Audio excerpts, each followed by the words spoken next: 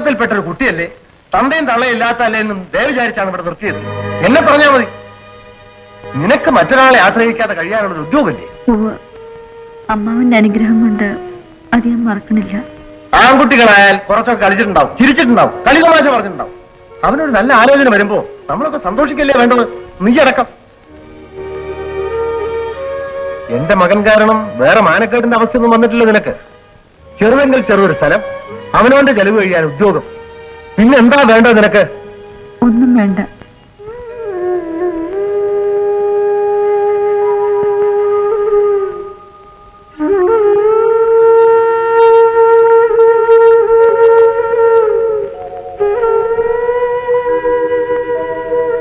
പറഞ്ഞു, അമ്മാവനിപ്പോ എല്ലാം പറഞ്ഞു.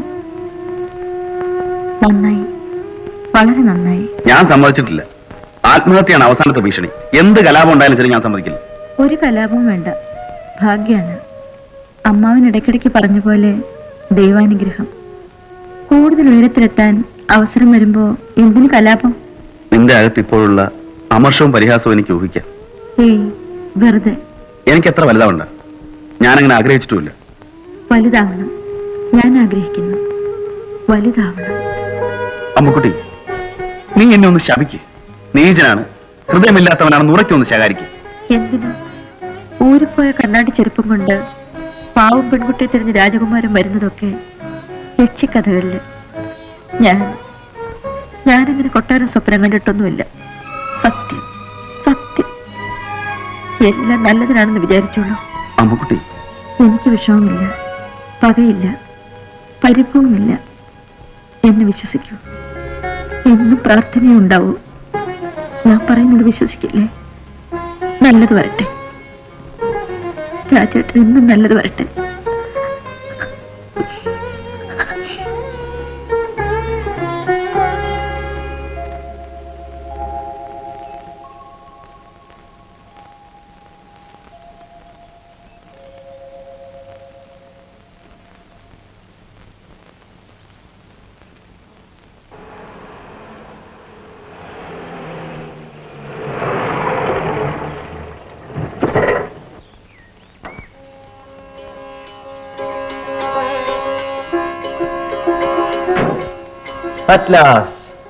കമ്പനിയിലും ക്വാർട്ടേഴ്സിലും പോയി.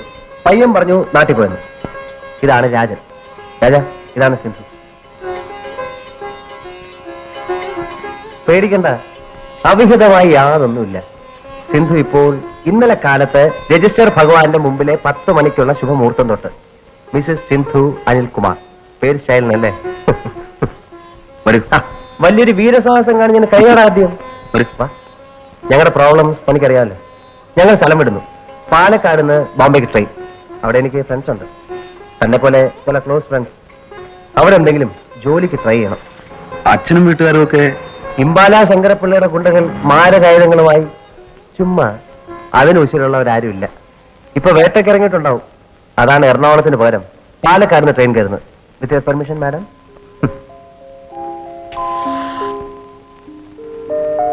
പ്രൊഫസർ മേനോൻ, താൻ കുട്ടിക്കാലത്തൊപ്പം പഠിച്ച വർഗീസ്, 3 ആളോട് യാത്ര പറഞ്ഞ് സ്ഥലം വിടാന്ന് വിചാരിച്ചു. ഇമ്മീഡിയറ്റ് ആയിട്ട് അത് വേണ്ടി വന്നു. ഇവക്ക് വേറൊരു അത്യാവത്ത് തലേ വീഴാൻ നിൽക്കുകയായിരുന്നു. രക്ഷപ്പെടുത്താൻ വേറെ വഴിയൊന്നുമില്ല. കാശും പണവും സൗകര്യമൊക്കെ ആയാ നാട്ടിൽ വരും. അപ്പൊ എല്ലാവരും ഇതൊക്കെ മറന്ന് ഞങ്ങളെ ഓച്ഛാനിച്ച് നിൽക്കും. ഇല്ലെങ്കിൽ ബോംബെ വല്ല ഗുജറാത്തിയുടെയോ മാർവാടിയുടെ കീഴിൽ അടിമപ്പണിയിൽ ഒതുങ്ങിക്കഴിയും. No complaints. ഞാൻ ചായ കൊണ്ടുവരാം. താനും മിസ്സും ആദ്യമായിട്ട് വന്നിട്ട്. വേണ്ട, ടാക്സി കാത്തിരിക്കുന്നു. ഓക്കെ, ഇനിയൊരിക്കലാവാ. അതിനുള്ള ഒരു ദിവസം വരും. ഇവിടെ അല്ലെങ്കിൽ അവിടെ, വരാതെ എവിടെ പോകാൻ? ഈ ലോകത്ത് അനിലും രാജനും ഒക്കെ അങ്ങനെ നിസ്സാരമായി കടന്നു പോകാൻ വന്നവരല്ല. നമ്മൾ ഇനിയും കാണും, ആഘോഷിക്കും. സിന്ധു, ഇവൻ ഒരു എന്താ പറയാ, ഒരു ലവബിൾ റാസ്കലാണ്. പ്രിയപ്പെട്ട തമ്മാടി. തർജ്ജിമ ഓൾ റൈറ്റ്?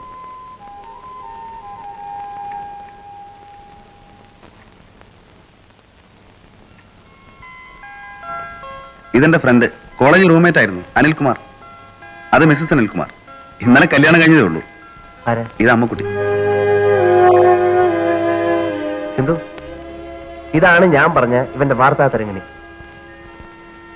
അർത്ഥം ശരിയല്ലെങ്കിൽ ക്ഷമിക്കുക, പക്ഷെ വാക്കിനൊരു ഗമയുണ്ട്. വരൂ. ഇല്ല, പോട്ടെ. തിരക്കെന്താണെന്ന് ഇവ പിന്നെ പറഞ്ഞുതരും. കാണാതെ തന്നെ ധാരാളം അറിയാം. സദ്യ ചോദിച്ചു വാങ്ങാനുള്ള അധികാരവും തോന്നുന്നുണ്ട്. പക്ഷെ ഇപ്പൊ വയ്യ. സിന്ധു, ഇവരുടെ കല്യാണത്തിന് നമ്മൾ ഉണ്ടാവില്ല. അത് സങ്കടമായിപ്പോയി. അഡ്വാൻസ് ആയി ഞങ്ങളുടെ ആശംസകൾ. നോക്കൂ, ഭംഗി വാക്കുകളൊന്നും പറയാൻ എനിക്കറിയില്ല. ഈ റാസ്കലിന്റെ പരമഭാഗ്യം എന്നേ ഞാൻ പറയൂ. All the best for you. വരട്ടെ. ശരി, ഇറങ്ങാം. നമ്മൾ 4 പേരും കൂടെ ഒന്ന് ആഘോഷിക്കണം. അതിനൊരു ദിവസം വരും. Let us wait. ഇവനെ ശരിക്കും ഭരിച്ചോണം. All the best.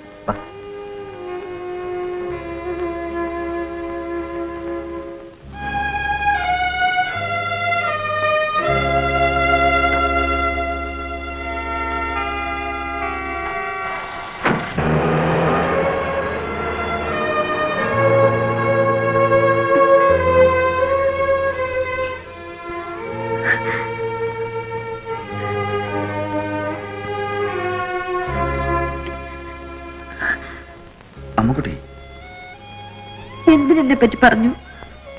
പണിക്കാരത്തെയാണെന്ന് വെച്ച് മിണ്ടാതിരുന്നാ മതിയായിരുന്നില്ലേ? എന്തിനെന്നെ പറ്റി പറഞ്ഞു? അമ്മുക്കുട്ടി, എന്നെ വിളിച്ചോ? ഇല്ല, വിളിച്ചില്ല. അമ്മുക്കുട്ടി,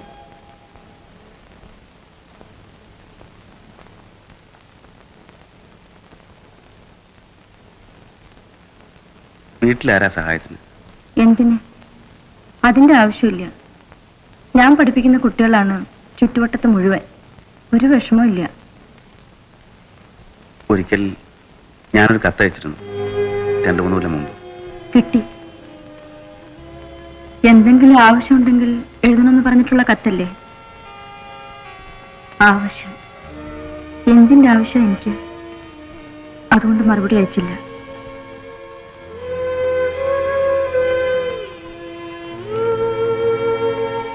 നളിനി പ്രസവിച്ച ആൺകുട്ടിയാണെന്ന് കുറെ കഴിഞ്ഞിട്ടാ ഞാൻ അറിഞ്ഞത്.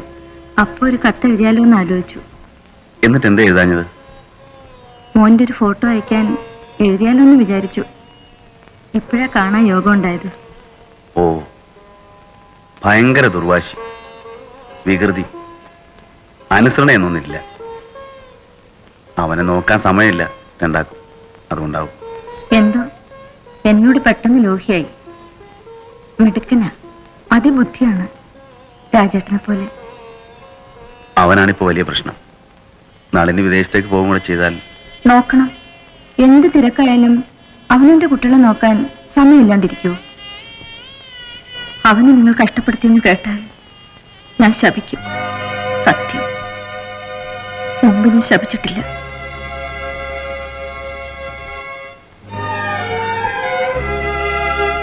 ഇവളുടെ പ്രാണൊന്നും ഇപ്പോഴും മാറിയിട്ടില്ലെന്നാവും രാജേട്ടൻ ആലോചിക്കണം, അല്ലേ? പോയി കിടന്നോളൂ.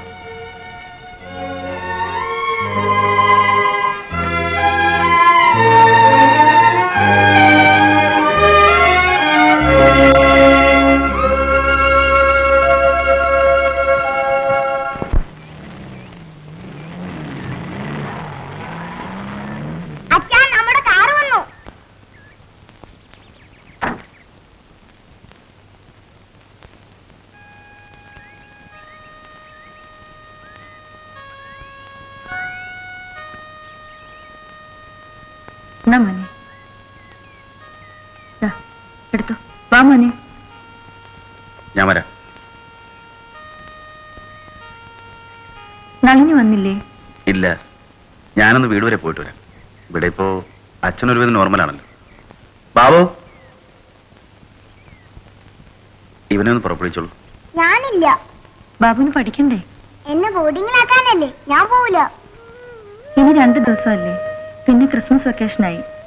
കുറച്ചു ദിവസം ഇവിടെ നിൽക്കട്ടെ. ഇവൻ ശല്യാവും ഞാൻ കൂടെ ഇല്ലെങ്കിൽ. വീട്ടുപണി, അച്ഛന്റെ ശുശ്രൂഷ, അതിന്റെ ഇടയില് ഭയങ്കര ശല്യാവും. ഏയ് സാരമില്ല. ഞാൻ അമ്മച്ചോരിമ്മ പറയുന്നൊക്കെ കേൾക്കും. പോയി വരാം. വരുമ്പോ എന്തെങ്കിലും കൊണ്ടുവരാനുണ്ടോ? അകത്തേക്ക് വല്ലതും? ഒന്നുമില്ല.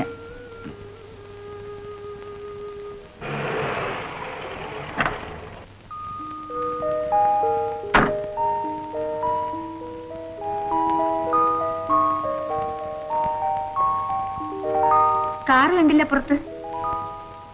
ലൈൻ ലേഡീസിന്റെ സെന്റ് ഓഫ്. അച്ഛൻ എങ്ങനെയുണ്ട്? മരിക്കാൻ കൂട്ടാക്കുന്നില്ല. ബാബു വന്നില്ലേ? അവനോട് നിൽക്കുകയാണെന്ന് പറഞ്ഞു. Stupid boy. എന്തിനാ അവന്റെ വാശിക്ക് സമ്മതിച്ചത്? ആരാ അവിടെയുള്ളത്? ഇപ്പൊ അമ്മുക്കുട്ടി വന്നിട്ടുണ്ട്, അവള് നോക്കിക്കോളൂ. അമ്മുക്കുട്ടി? ഓ, യുവർ കസിൻ. ഉം. എവിടെയോ ടീച്ചറല്ലേ? ആ, അടുത്ത് തന്നെ, ഒരു എലിമെന്ററി സ്കൂളിൽ. നാളെ ഫസ്റ്റ് തിങ് സെന്റ് ജോസഫിലെ മദറെ കണ്ട് അവന്റെ ബോർഡിംഗിലെ കാര്യം ഫിക്സ് ചെയ്യലാണ്. അവിടെ കുറച്ചു ദിവസം തെണ്ടി തിരിഞ്ഞാൽ ഇതിലും വഷളാവും സ്വഭാവം. അവൻ വരുന്നില്ല എന്ന് പറഞ്ഞ PC അങ്ങോട്ട് സമ്മതിച്ചു കൊടുത്തു. എന്തിനാ കുട്ടികളെ പറയണത്? അവിടെ ഒരു ആപത്തും സംഭവിക്കില്ല. അവിടെ ചുറ്റിത്തിരിഞ്ഞാൽ കുട്ടികൾ വഷളാവുമെങ്കിൽ ഞാൻ പണ്ടേ ഒരു 6 വഷളനാ. മദറോട് നാളെ തന്നെ പറയണം. മറ്റന്നാൾ അവനെ വിളിച്ചോണ്ട് വരണം. അച്ഛനോട് ഞാൻ പോകുന്ന കാര്യമൊന്നും പറഞ്ഞിട്ടില്ലല്ലോ? അങ്ങനെയൊന്നും പറഞ്ഞില്ല.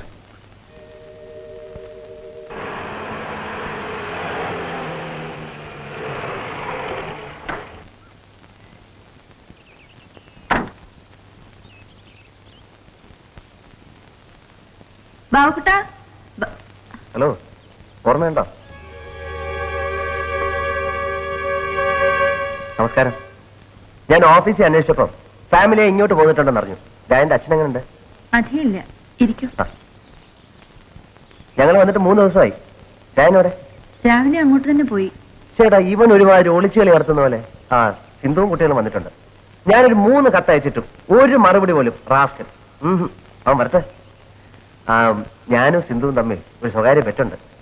ഞങ്ങൾക്ക് രണ്ടും കിരാതന്മാർ, തന്തേ പോലെ തന്നെ. അപ്പൊ നിങ്ങളുടെ മക്കളെ പറ്റിയാ പറ്റ്. ഒരാണും ഒരു പെണ്ണുമായ ഞാൻ ജയിച്ചു. പറയൂ, എന്റെ ഗസ് ശരിയല്ലേ? സിന്ധു എന്റെ വീട്ടിൽ 2 കൊല്ലം കഴിഞ്ഞ് ഞാൻ ഒരുവിധം രക്ഷപ്പെട്ടു എന്ന് അറിഞ്ഞപ്പോഴേക്കും വീട്ടുകാരുടെ ആറ്റിറ്റ്യൂഡ് ആകാൻ മാറിയില്ലേ? Impala Shankarapilla, that's my father. പേരക്കുട്ടിയെ സ്വപ്നം കാണുന്ന കത്ത്. വീട്ടിലെത്തിയപ്പോഴേക്കും അമ്മ സിന്ധുവിനെ നിലം തുടിക്കാനല്ലേ കൊണ്ട് നടക്കുന്നത്. ഞങ്ങളുടെ പിള്ളേര് ആദ്യമായിട്ടാ കേരളം കാണുന്നത്. മക്കളെവിടെ? ഓ, അത് പറഞ്ഞില്ല എന്റെ കണക്കൂട്ടൻ.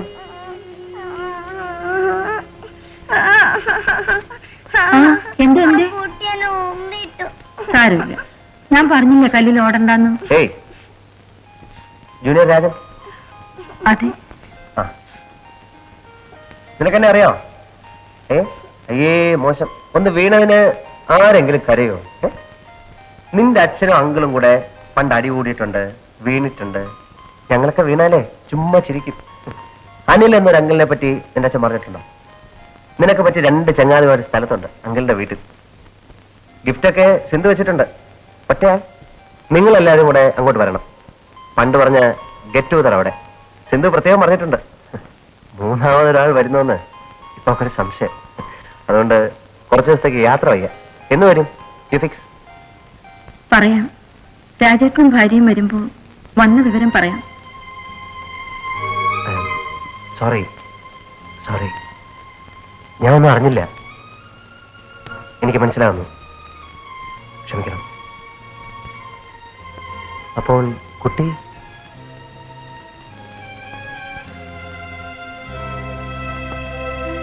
ബാബു വെറുതെ വെക്കേഷൻ കഴിയുന്നവരെ ഇവിടെ.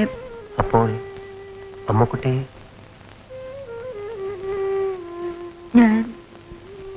ഞാൻ ഇവിടൊക്കെ തനിയെ.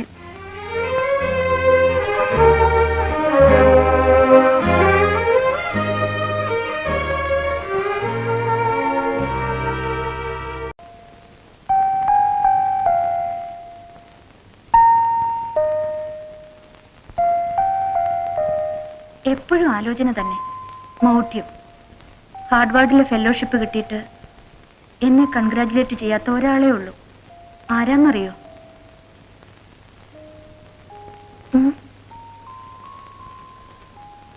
കൺഗ്രാജുലേഷൻസ്. ഓ, ആർക്കോ വേണ്ടി നിർബന്ധിച്ച് പറയിപ്പിച്ച പോലെ.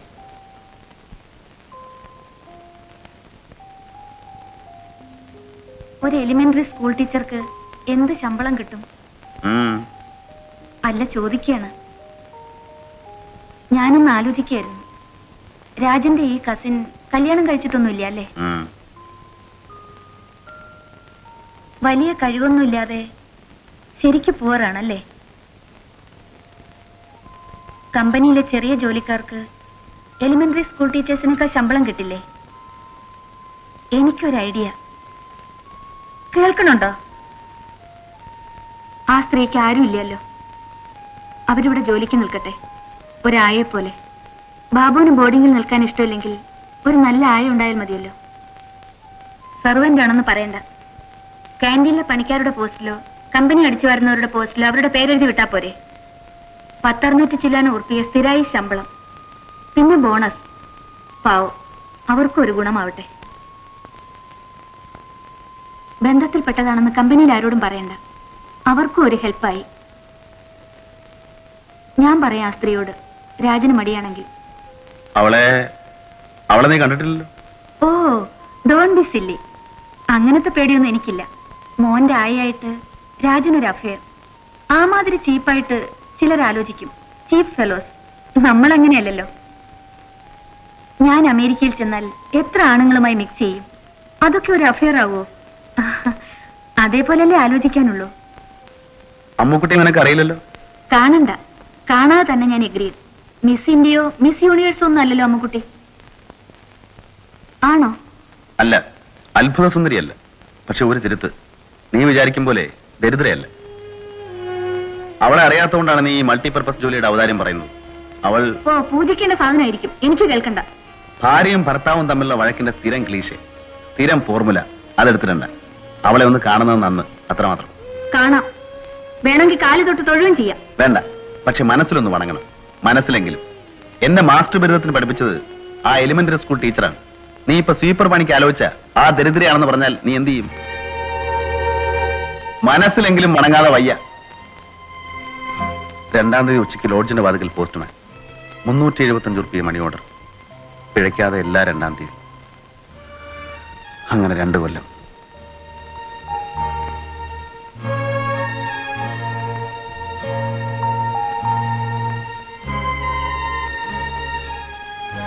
എന്താ ഒന്നും പറയാത്തത്? ഞാൻ കണക്കുകൂട്ടുകയായിരുന്നു കടപ്പാടുകളൊക്കെ. ഹലോ, ആ കെട്ടടി, അച്ഛന് വീണ്ടും സീരിയസ് ആയി.